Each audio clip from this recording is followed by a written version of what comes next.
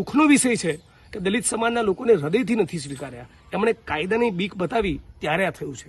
અને એનાથી વધારે દુઃખ એ છે કે જિલ્લા કલેક્ટર હોય, જિલ્લાના પોલીસ વડા હોય, મામલતદાર હોય, પ્રાંત અધિકારી હોય, ડીવાયએસપી, એસપી, પીએસઆઈ, પીઆઈ, અને ફક્ત બનાસકાંઠા જિલ્લો નહીં, અક્રોસ ગુજરાત, સમગ્ર ગુજરાતના આ મોટા ભાગના સરકારી કર્મચારીઓ અને આપણું સમાજ કલ્યાણ વિભાગ, ગૃહ વિભાગ કે ડીજી કચેરી પણ ગુજરાતમાં અસ્પૃશ્યતા નાબૂદીની કોઈ જ કેમ્પેન કે ડ્રાઈવ ચલાવતી નથી. અને પરિણામે આવા અનેક સમરવાળા એવા અનેક ગુજરાતમાં ગામો આજે પણ જીવે છે જ્યાં દલિતોના ફક્ત દલિત સમાજમાં જન્મ્યા હોવાના કારણે વાળ નથી કાપવામાં આવતા. આપણા ગુજરાત માટે, આ ગુજરાતની અસ્મિતા અને ગૌરવને ખંડિત કરવાની વાત છે. આપણા ગુજરાત માટે અને દેશ માટે કલંકરૂપ છે.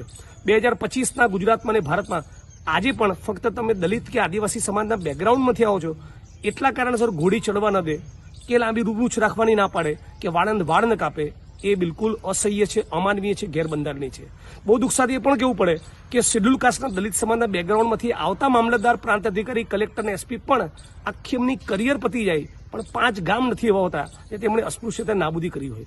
રાજ્યના મુખ્યમંત્રી જે પોતાને મૃદુ અને સંવેદનશીલ કેવડાવે છે એમની પણ આ ચિંતાનો વિષય નથી.